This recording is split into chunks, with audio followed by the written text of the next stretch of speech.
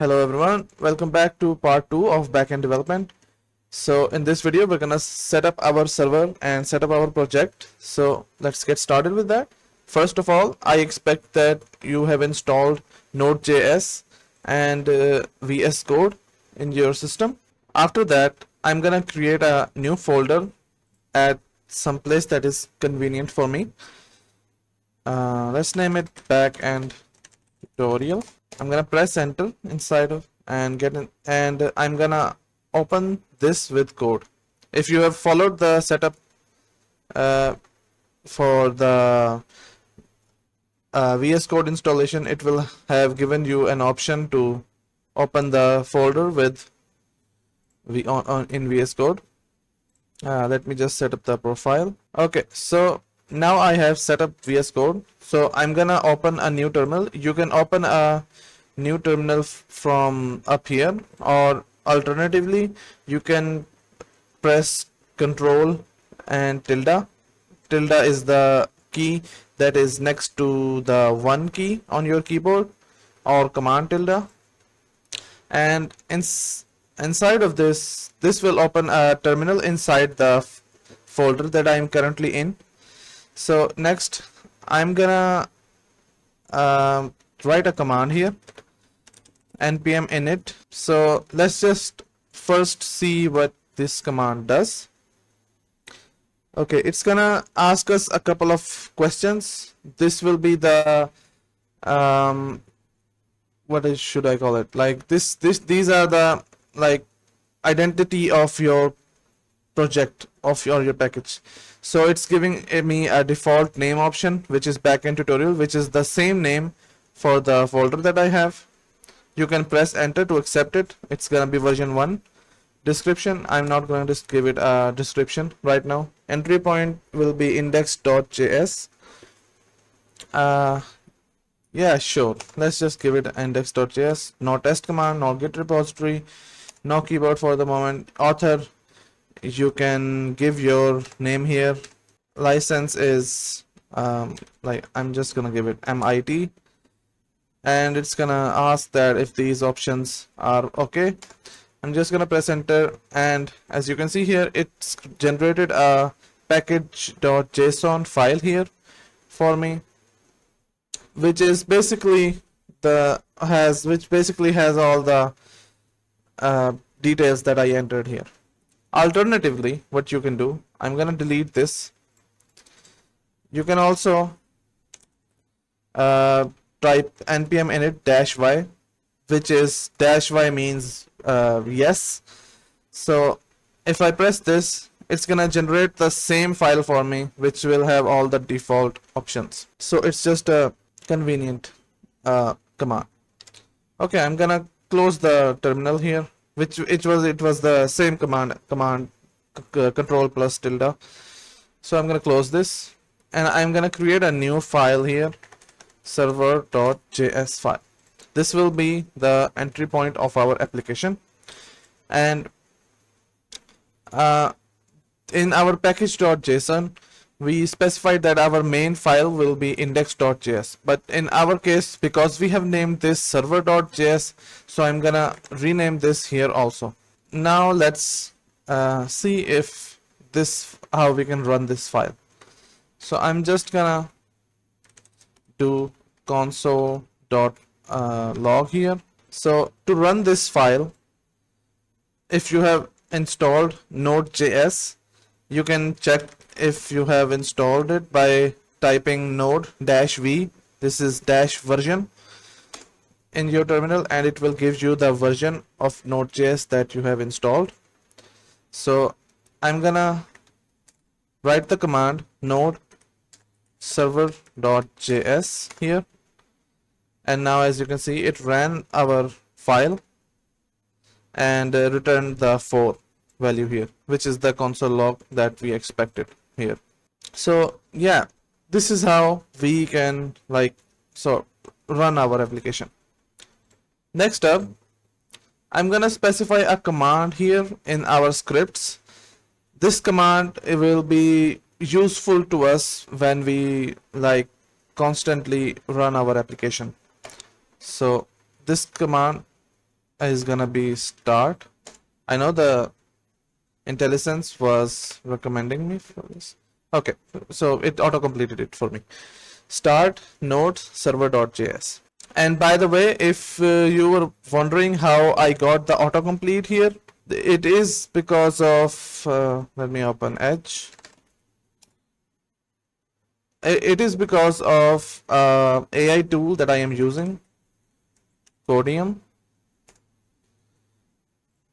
It is a free AI tool. You can like get it from here and install it in your in VS Code. It will give you the instructions for it. But if you are new to coding and you are just starting out and learning, I would recommend that you code all of your stuff out. It will help you build memory, and it will just make you better at programming in general. Also, here is a quick look at the extensions I have installed. A lot of these are useless here, so you can like Java ones and Jupyter. These are not right. You don't need any basically extensions installed to make this project work.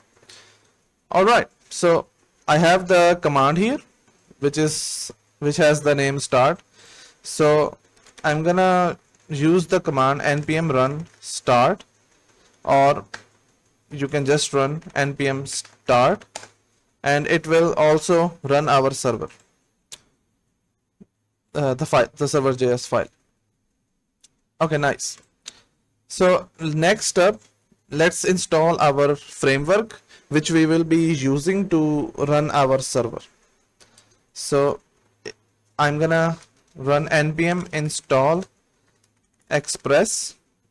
Alternatively, you can write the short form for install, which is I, and let's just wait it out. Okay, that was pretty quick.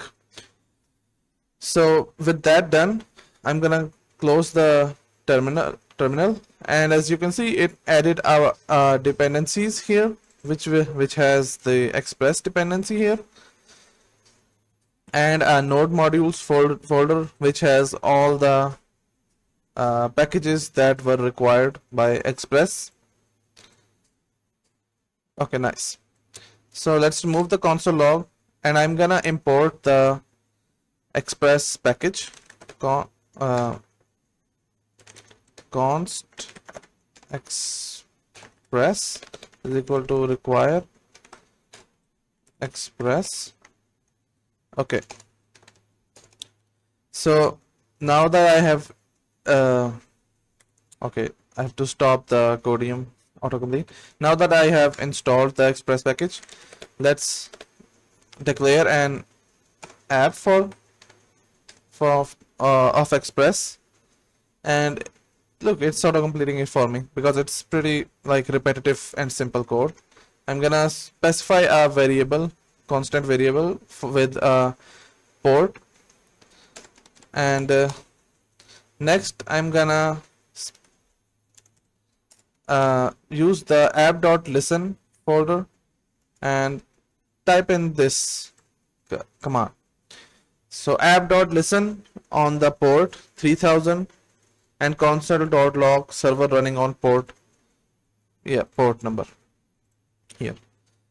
So in the terminal, now when I press npm start, as you can see, our server is running on port 3000. Now if I open up Edge and I go to localhost 3000, because 3000 is the port we specified for our server to run on. Now if I run it, it says that cannot get slash. So this is because we don't have currently specified anything to return from our server to the browser. So if our browser tries to access our server, our server doesn't like return anything because we don't have anything set up. It's just 4 lines of code. So I'm gonna close the terminal, and I'm gonna use another function, app.get, and it's I'm gonna use the slash keyword here,